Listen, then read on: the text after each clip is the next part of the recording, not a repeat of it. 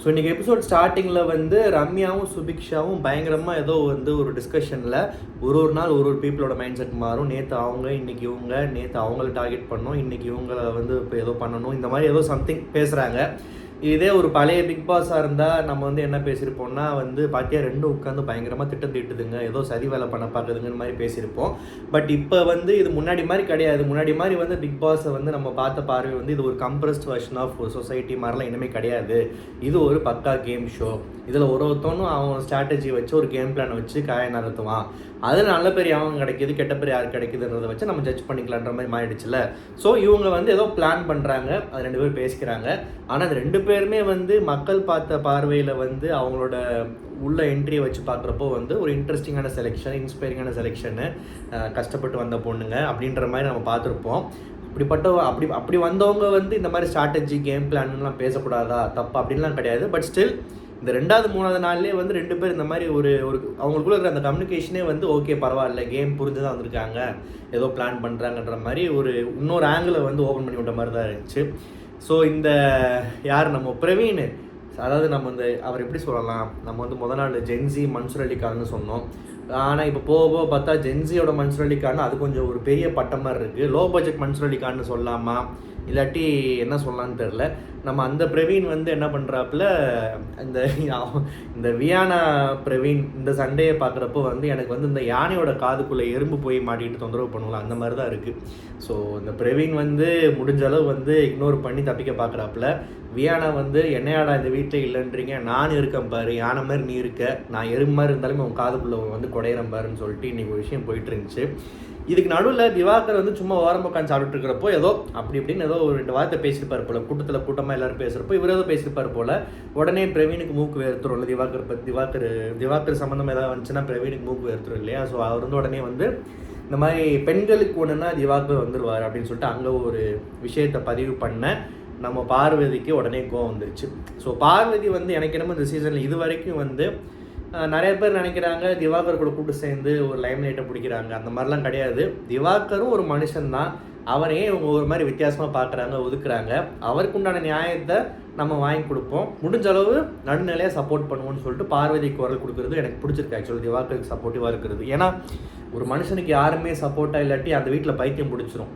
ஆனால் இன்றைக்கி வந்து நடந்த சண்டையில் பார்த்தீங்கன்னா பார்வதி சப்போர்ட் பண்ணது, அப்புறம் வந்து இந்த நந்தினின்ற பொண்ணு வந்து அண்ணா கொஞ்சம் கூல் ஆகுங்கன்னு சொல்லிட்டு அவர் மேலே கை போட்டு கொஞ்சம் அவர் கூல் பண்ணி அவருக்கு ஒரு என்ன சொல்கிறது ஒரு ஒரு பக்க பலமாக உங்களுக்கு அட்லீஸ்ட் நாங்கள் 2-3 பேராக இந்த வீட்டில் இருக்கோன்றதை காட்டுறதுக்காக பண்ணது, இதெல்லாம் வந்து பார்க்குறதுக்கு நல்லா இருந்துச்சு. இந்த பிரச்சனை எப்படி ஸ்டார்ட் ஆச்சுன்னா, உள்ளே வந்து இந்த மாதிரி வேலை பார்த்துட்டு இருக்கிறப்போ வந்து ஏதோ இந்த ஃப்ரெண்ட்ஸ் படம் காமெடி ரெஃபரன்ஸ், ஏதோ ஒரு சினிமா ரெஃபரன்ஸ் பற்றி ஏதோ பேசிகிட்டு இருந்தாப்புல. அப்போ அந்த மாதிரி ஒரு சினிமாட்டிக்காக ஒரு டயலாக் வர மாதிரி வந்து கண்ட்ரி ப்ரூட்டு போயிட்டாரு. கண்ட்ரி ப்ரூட்னா என்ன, கண்ட்ரி ஃப்ரூட்டுன்றாரு, அப்படின்னா என்ன அர்த்தம், இப்படி என்ன அர்த்தம்னு சொல்லிட்டு இந்த ரம்யா வந்து எப்படா இது பிளானாக என்னன்னு தெரில, இல்லாட்டி திவாகர்ன்றதுனால யூஸ் பண்ணிக்கிறாங்களான்னு தெரில, எப்படா வந்து ஏதாவது அட்டாக் மோடுக்கு போகலாம், கண்டென்ட்டை தேடலான்ற மாதிரியே பண்ண மாதிரி தான் இருந்துச்சு. பார்த்தீங்களா ரம்யாவை எவ்வளோ பாராட்டினோம் வந்தப்போ. ஆனால் இன்றைக்கி பாருங்கள். ஸோ இப்படி தான் எதிர்பாருங்கள்னு ஒரு பெரியவர் சொல்லிட்டு போனார்ல, அது வந்து இன்றைக்கு வரைக்கும் அப்பப்போ வந்து பிக் பாஸ் ப்ரூவ் பண்ணிட்டு தான் இருக்குது. ஸோ இந்த ரம்யா வந்து இந்த மாதிரி வந்து திவாகரை வந்து தேவையில்லாமல் அம்புக்கு இழுத்து இல்லாத ஒரு விஷயத்தை எடுத்து பெருசாக்கி ஒரு சீன் கிரியேட் பண்ண மாதிரி தான் இருந்துச்சு. அவர் சாரியும் கேட்டார், ஓகே. எனக்கு கேட்டால் இதுக்கு சாரி கேட்கணுன்ற அவசியமே இல்லைம்மா, அதை உங்களை டேரெக்டாக சொல்லாமல் வேறு மாதிரி சொன்னேன்னு சொல்லிட்டு சமாளிக்கலாம். பட் ஓகே, இருந்தாலும் அதில் அரோரான்ற பொண்ணுக்கு பிரச்சனை இல்லை, அந்த பொண்ணு சில் ஓகேன்றுச்சு. பட் இவளுக்கு அது அஃபண்ட் ஆகிடுச்சு. ஸோ சாரி சொல்கிறீங்கன்னு சொன்னேன், சாரியும் சொல்லிட்டாரு.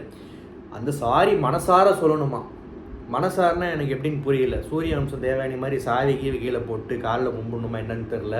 அது மனசார சொல்லணுமா, கேஷுவலாக சொல்லக்கூடாதான். சாரி சொன்னதுக்கு அப்புறமும் அந்த என்ன சொல்கிறது, அவர் வந்து இந்த பொண்ணு வந்து ஒரு மாதிரி பயங்கர இரிட்டேட் பண்ணுது. அவர் வந்து இருமா பொறுமையாக இருமான்னு பேசுகிற போகிறப்போ ஒரு வார்த்தைக்கு எப்படி இப்படி சொல்லலாம், எப்படி அப்படி சொல்லலாம்னு சொல்லிட்டு கிட்டத்தட்ட திவாகர் புக்கு கடிக்காத ஒரு குறை தான். அந்த மாதிரி வந்து கடிச்சு வைக்கிற மாதிரியே பேசிகிட்டு இருக்கிறப்போ அவர் பொறுமையாக இருந்துட்டார். உடனே நீ வா போன்னு மரியாதைலாம் பேச ஆரம்பிச்சிருச்சு. அவர் சொல்கிற அப்படி பேசாதுன்றாரு. அப்புறம் அவரும் பேச ஆரம்பிச்சார். பின்னா வேடிக்கை பார்த்துட்டு இருப்பார். அவர்னு உள்ளே வந்து வாட்டர்மெலன் சாப்பிட்றதுக்கு வந்தார். சாப்பிட்டு கண்டிப்பாக பெர்ஃபார்மன்ஸ் பண்ணி காட்டுவார், அது அவரோட டிபார்ட்மெண்ட், அதுக்குள்ளே போக வேணாம். ஆனால் அந்த மனுஷனை சும்மா தூண்டி விட்ட மாதிரி தான் இருக்குது. தூண்டி விட்டாங்க இந்த சென்ஸ் வந்து ஒரு ஒரு இந்த பாக்ஸிங் நானும் பாக்ஸர்ன்றதை காட்டணும், திவாகர்னு இங்கே ஒரு இது தொங்குது, அதை போய் நான் குத்திக்கிறேன்னு சொல்லிட்டு ஆளுக்கு ட்ரை பண்ணுறாங்கன்னு நினைக்கிறேன். அதில் இன்றைக்கி ரம்யா வந்து ரொம்ப படு ஃபேக்காக ரொம்ப கேவலமான ஒரு ஸ்ட்ராட்டஜி மாதிரி இந்த ஒரு விஷயத்தை இல்லாத விஷயத்தை பெருசாக்கி ஒரு சீன் க்ரியேட் பண்ண மாதிரி இருந்துச்சு. சாரி சொன்னதுக்கு அப்புறமும் வந்து அந்த பொண்ணு அதான் திவாகரை பொறுத்த வரைக்கும் பேச்சுவாக்கில் சாதாரணமாக சொல்கிறதெல்லாம் கவ்வி எடுத்து பிரச்சனை பண்ணுறாங்க. நேற்று வந்து அந்த இந்த கெமிக்கிட்ட வந்து படித்தாலும் தெரியாதுன்றத கேஷுவலாக சொன்னப்போ அதை வச்சு அந்த பொண்ணு ஒரு பிரச்சனை பண்ணலையா, அது மாதிரி தான் இருக்குது. இன்றைக்கி வந்து இவர் பேசிகிட்டு இருக்காரு, நம்ம படித்தது மாதிரி பேசுமா இல்லை ஏதோ படிப்பற்றி எதுவும் சொன்னார் போல், படிப்பற்றி டேரெக்டாக அந்த பொண்ணை குறிக்கிற மாதிரி தரக்குறவான பேசுன மாதிரிலாம் ஒன்றும் தெரில. உடனே ஆளாளுக்கு என்ன நீ படிப்பு, என்ன நான் படிப்பு, நீ டாக்டரா நான் டாக்டரா நேற்று மாதிரி ஒரு விஷயத்த ஆரம்பிச்சு இந்த குட்டி குஞ்சச்சி இந்த எஃப்ஜேன்ற உள்ள ஒருத்தர் இருக்கார்ல, அவர் வந்து துள்ள ஆரம்பிச்சிட்டார். எஜுகேஷன் பற்றி பேசுறியா, எஜுகேஷன் நான் என்ன படிச்சிருக்கேன் தெரியுமா, நீ என்ன படிச்சிருக்கு தெரியுமான்னு சொல்லிட்டு ஏதோ பேச ஆரம்பிச்சு கடைசியில் அந்த பொண்ணுக்கு, அதாவது வீட்டுக்குள்ளே வந்ததுலேருந்து பார்த்தா கண் அழகாக இருக்குன்னு சொன்னதுக்கு அந்த பொண்ணுக்கு உன் பேத்தி வயசுன்னு சொல்லி அப்போது இருக்கிற அந்த ஒரு விஷயமா இருக்கட்டும், இன்றைக்கா இருக்கட்டும், பொண்ணுங்களுக்கு ஒன்றுன்னா நம்ம குட்டி குஞ்சன்சி, நம்ம ஏன் அவர் குட்டி குஞ்சன்றன்னா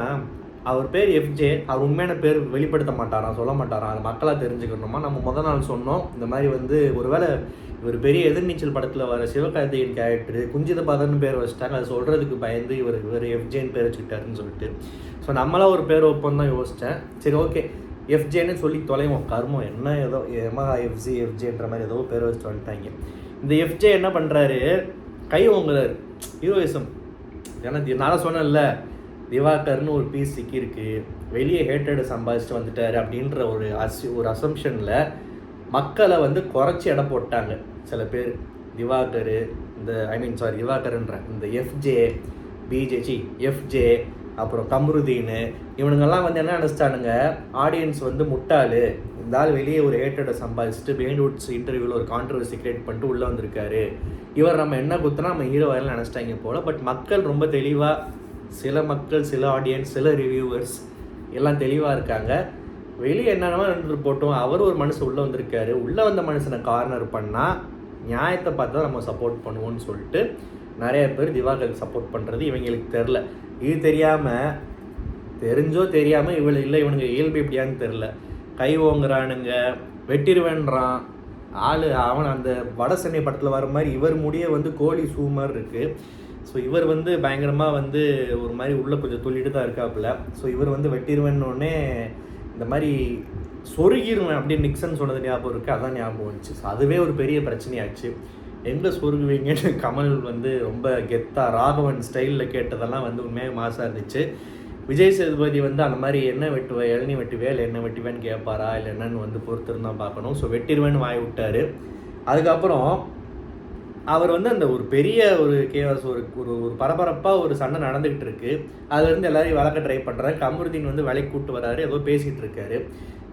அந்த ஒரு பதற்றத்தில் எல்லாரும் அந்த மனுஷனே கடுப்பில் இருக்காப்புல திவாகர். என்னடா ஏன்னா பண்ணா தப்புக்கு மொத்த வீடே வந்து இவரை டார்கெட் பண்ணுது, எப்போ பார்த்தாலும் இவரே சாரி கேட்க வைக்கிறாங்க, கடுப்பில் இருக்கார். கையை பிடிச்சி இழுத்துட்டு வந்து ஏதோ பேசிகிட்டு இருக்கிறப்போ அட விடுப்பா அப்படின்னு சொல்கிறது வந்து நார்மலான விஷயந்தான். அதுக்காக வந்து ஏதோ பெரிய தப்பு கிடையாது. அட விடுப்பான்னு சொல்லிட்டு அப்படி கையை இப்படி பண்ணதுக்கு நம்ம கமருதீன் என்ன பண்ணிட்டாரு, வெயிட் பண்ணிட்டு இருந்திருக்காரு போல். என்னடா எஃப்ஜே வந்து ஹீரோவாக ட்ரை பண்ணி கை வாங்கிட்டான், நம்ம தான் பண்ணுமே, உண்மையான ஹீரோ நம்ம தானே, ஆம்ஸ்லாம் டெவலப் பண்ணிட்டு வந்திருக்கோம், நம்ம ஃப்ரெண்ட்ஸ் எல்லாம் ஏரியாவில் வச்சு மாசாக வீடியோ இன்ட்ரோலாம் கொடுத்தோம், நம்ம அதுக்கு எதாவது பண்ணுமேன்னு சொல்லிட்டு நம்மளும் பாக்ஸிங்கில் இறங்கிறோன்னு சொல்லிட்டு எப்படா ஏதாவது பண்ணு திவாகர், நான் உன்னை அடிக்கணுமே, ஐயோ இந்த இடத்துல சீனு ஸ்கிரிப்ட் இப்படித்தானே அப்படின்னு கமருதீனுக்கு பல்ல கடிச்சிட்டு இருந்தப்போ திவாகர் அட விடுப்பா அப்படின்னு சொன்ன உடனே நம்ம ஆளுக்கு வந்துருச்சு, அவரே எகிர்றாரு தன்னோட வீரத்தை காட்டுறதுக்கு. ஸோ இவங்க எல்லாம் பார்த்தா காமெடியாக தான் இருக்குது. நந்தினின்ற பொண்ணு உண்மையாகவே இந்த டைமில் வந்து திவாகருக்கு பார்வதியை தாண்டி நந்தினி வந்து அண்ணா கொஞ்சம் கூலாக இருங்க பொறுமையாக இருங்கன்னு சொல்லிட்டு சப்போர்ட்டிவாக பேச நல்லா இருந்துச்சு பார்க்குறதுக்கு. ஸோ வந்து திவாகரை வந்து மேலும் மேலும் வார்த்தையாலும் இன்னைக்கு ஃபிசிக்கல் வயலன்ஸும் காட்டி ரொம்ப ஒதுக்குறது தள்ளுறது வந்து மக்கள், பிக் பாஸ் ஆடியன்ஸ் அந்த அளவுக்கு முட்டாள் இல்லை, கரெக்டாக ஜட்ஜ் பண்ணுவாங்கன்னு நினைக்கிறேன், at least majority of the people. ஏன்னா நேற்று ஒருத்தன் வந்து மனுஷனாகவே பார்க்குறேன்னு அதுவே பெரிய விஷயன்ற சொல்கிறான், அப்புறம் வந்து படித்த படிப்பை வந்து நான் டாக்டராகவே பார்க்கலன்னு சொல்லிட்டு வாய் விடுறான். கேட்டால் அவர் தான் என்னமோ பெரிய உலக நாயகனுக்கு அடுத்து பெரிய இந்தியாவிலே பெஸ்ட் ஆக்டர் மாதிரி என்னோடய ப்ரொஃபஷன் பற்றி தப்பாக பேசுனா நான் சும்மா இருக்க மாட்டேன்னு சொல்லிட்டு வாய் விடுறான். இன்றைக்கி ஒருத்தன் ஆள் அவன் சைஸே பார்த்தா வந்து திவாகர் மேலே படுத்து தொப்பையை வச்சு உருண்டா சப்பானி ஆயிடுவாப்பில். அவர் குதிச்சு அவர் வந்து வெற்றிடுவன் வராரு. கமருதீன் நம்மளும் பாடி வச்சுருக்கோமே, இந்த பாடியை அடிக்கலான்னு சொல்லிட்டு திவாகர் மேலே எகிர்றாரு. இந்த மாதிரி பண்ண திவாகருக்கு தான் மைலேஜ் போடும், இதில் எந்த டவுட்டும் இல்லை. அப்புறம் இந்த ரெஸ்ட் ரூமில் வந்து பார்வதி வந்து இந்த சுபிக்ஷா, ஸோ இன்றைக்கி வந்து சுபிக்ஷா அப்புறம் வந்து இந்த ரம்யா, இந்த மாதிரி ரொம்ப ஒரு நம்பிக்கைக்குரிய இன்ஸ்பைரிங்கான கண்டஸ்டன்ஸ் எல்லாம் வந்து இன்ஸ்பைரிங் இன் த சென்ஸ் ஒரு ஓகேப்பா இவங்கெல்லாம் எடுத்தது நல்லதுன்ற அந்த மாதிரி ஒரு கண்டஸ்டன்ஸ் வந்து கொஞ்சம் நம்மளை வந்து அவங்களே இதை இறக்கிட்டாங்கன்னு தான் சொல்லணும். ஒருத்தவங்க வேலை வாங்குறது ஓகே, இது என்ன சரியாக தொடக்கலையே திரும்ப தொடங்கன்னு சொல்லலாம், இல்லை வேறு மாதிரி சொல்லலாம். இல்லை காமெடியாக சொல்கிறதுக்கும் காமெடி இன் த சென்ஸ் அது வந்து அவங்க எடுத்துக்கிறத பொறுத்து தான். வேணும்னே வந்து பார்வதியை வந்து கண்ணாடி போடலையானா அப்போ கண்ணாடி போட்டி பார்வதி கண்ணு தெரியாதான்ற மாதிரி கலாய்ச்ச மாதிரி தான் இருந்துச்சு. ஸோ பார்வதி அது கோவப்பட்டு தப்பே இல்லை. பார்வதி வந்து பல ரியாலிட்டி ஷோக்களில் பல இடங்களில் நிறையா கோவப்பட்டு தன்னை போல்டுன்னு காட்டுறதுக்கு என்னென்னமோ பண்ணியிருக்கோம். அப்போலாம் வந்து நம்ம அது ஃபேக்குன்னு சொல்லி விமர்சனம் பண்ணியிருக்கோம். கரெக்டான விஷயத்துக்கு வந்து நம்ம சப்போர்ட் பண்ணாமல் விட்டால் அது ரொம்ப தப்பு இல்லையா? ஸோ பார்வதி வந்து இன்றைக்கி சுபிக்ஷா வச்சு செஞ்சு இதெல்லாம் இந்த டக்காலிட்டியெல்லாம் என்கிட்ட வச்சுக்காதுன்னு சொல்லிட்டு நறுக்கு 4 வார்த்தை கேட்டது தப்பே இல்லை. உண்மையாகவே வந்து தேவை தான் சுபிக்ஷாக்கு நிறுத்தலை. ஏன்னா அதை வந்து சரி அதை வந்து சுபிக்ஷா வந்து சாரிக்கா நான் ஒரு ஃபன்னாக சொல்லிட்டேன், மன்னிச்சிக்கோங்க, நீ இப்படி சீரியஸாக எடுத்து போய் நினைக்கல அப்படின்னு சொன்னால் முடிஞ்சிடும். அதை கேவலமாக சமாளிக்கிறேன்ற பேரில் இல்லை நீங்கள் எப்பயுமே கண்ணாடி போடுவீங்க, இல்லை போடல அதனால் அப்படி கேட்டேன் இப்படி கேட்டேன்னு சொல்லிட்டு நான் லென்ஸ் போட்டது தெரியாதுன்னு வளர என்னென்னமோ பண்ணி கடைசியில் இப்படி முடிஞ்சுது. அப்புறம் இந்த நான் சொன்ன மாதிரி இந்த பிரவீன் வியானாவோட சண்டை வந்து கண்டினியூ ஆச்சு. சண்டைன்னே சொல்ல முடியல, அது ஒரு மாதிரி காமெடியாக இருந்துச்சு. ஆனால் பரவாயில்ல, நீலாம் ஒரு ஆள்னு பெருசாக வந்து பெரிய காமிச்சிக்கிட்டு இருக்க, நான் இருக்கேன் பாரு, உன் காதுக்குள்ளே போகிறேன் பாருன்னு சொல்லிட்டு டக்குன்னு இந்த வியானா தன்னோட ப்ரெசன்ஸை காமிச்சிச்சு. அவர் வந்து பேசி ஜெயிக்க முடியல. திவாகராக இருந்தால் ஈஸியாக பேசிடலாம். இந்த மாதிரி ஒரு பொண்ணு வந்துச்சு டக்குன்னு எதாவது பேசி விட்டுருச்சுன்னா வாங்கி கட்டி பார்க்கல. ஸோ எஸ்கேப் ஆகி நழுவிட்டு இருக்காப்புல. அப்புறம் இந்த ஸ்டோரி சொல்கிற டாஸ்க்கு இன்றைக்கி வந்து ஆளுக்கு ஒரு நாளைக்கு 3 பேர் ஸ்டோரி சொல்ல போகிறாங்க போல். நந்தினி ஃபஸ்ட்டு ஒரு ஸ்டோரி சொன்னாங்க. நான் வந்து போன வீடியோவிலே சொன்னேன்னா இல்லை வீடியோவில் சொன்னேன்னு நினைக்கிறேன்.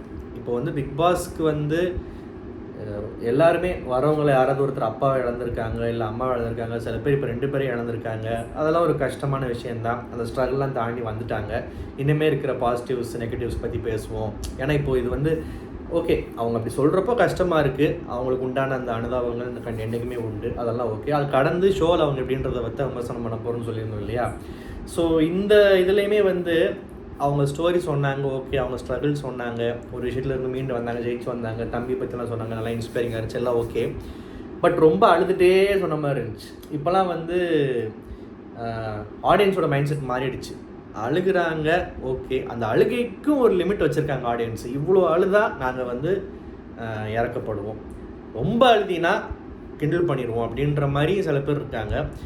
எல்லாத்தையுமே கிண்டல் பண்ணுறது தப்பு தான். பட் இருந்தாலுமே வந்து இந்த கதை சொல்கிற டாஸ்க்னாலே கஷ்டத்தை மட்டும்தான் சொல்லணும் அப்படின்னு நிறைய பேர் இருக்காங்க. கஷ்டம் இருக்கிறவங்க சொல்கிறாங்க ஓகே. ஏன்னா உண்மையே வந்து அப்பாவும் 10th படிக்கிறப்ப இறந்துட்டாரு, அம்மாவுக்கு கேன்சரு, அம்மா இறந்து போக போகிறாங்கன்னு தெரிஞ்சு 1 year 1 வருஷம் கூட வாழ்ந்துட்டு அந்த பர்த்டே அன்றைக்கி அவங்க சமைச்சு கொடுத்த விஷயத்தெல்லாம் சொல்கிறப்போ கண்டிப்பாக கஷ்டமாக தான் இருந்துச்சு.